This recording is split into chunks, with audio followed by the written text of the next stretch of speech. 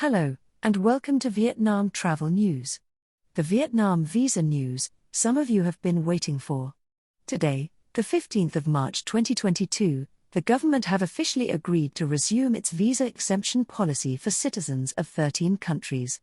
Those citizens from Belarus, Denmark, Finland, France, Germany, Italy, Japan, Norway, Russia, South Korea, Spain, Sweden, and the UK, will be allowed to visit Vietnam for up to 15 days without a visa, regardless of passport type and entry purpose. Before COVID, Vietnam had offered this visa exemption to the same 13 countries, but also allowed e-visas to citizens to 80 countries, which permitted their entry for 30 days.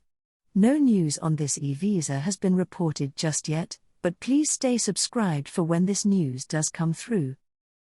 Last week, we reported that the Tourism Board had requested no testing for foreign arrivals, and that the Health Ministry suggested no vaccination or recovery certificates were required.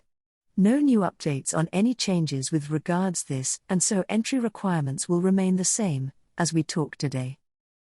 Thanks for watching our brief bit of good news. See you again soon.